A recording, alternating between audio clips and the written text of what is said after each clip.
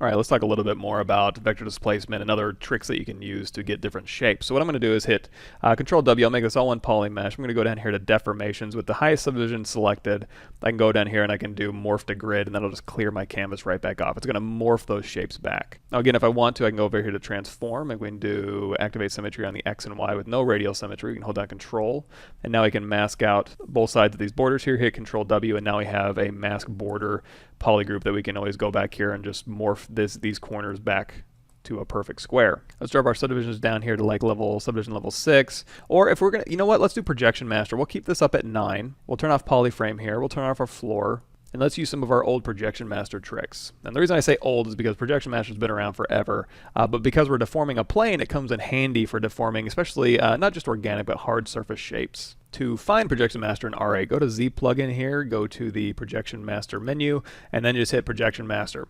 What that's going to do is pop up this Projection Master menu, and we're not going to be doing colors, we're just going to be doing deformation. So I'm going to do deformation turned on, we'll keep normalized on, and I'll go ahead and hit drop now.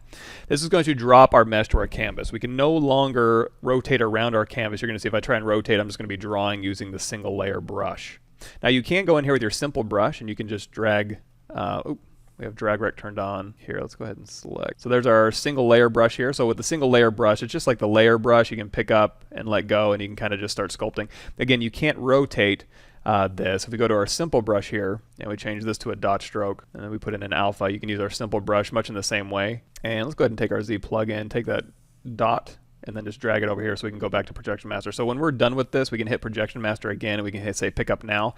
And when we pick it up, now it's a 3D mesh, and all of these things, all these deformations have been applied to our mesh. We can go ahead and undo that, hit Projection Master again, hit drop, and now we're dropped back in here. Now, one of the cool things about Projection Master is you can do tons of cool stuff. We can have our simple brush stroke. Instead of doing this dot stroke, let's do line.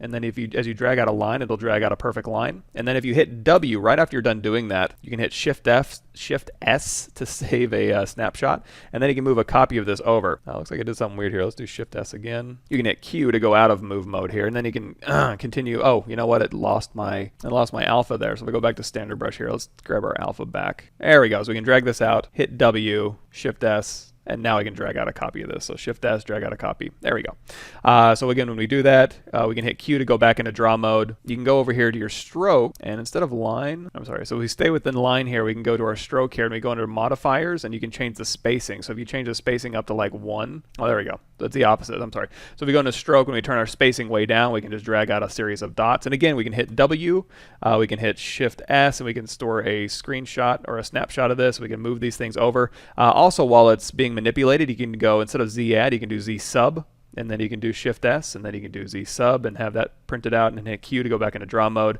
You're going to go back to Projection Master, pick it up, and then it'll just apply those deformations. So just a quick Projection Master overview.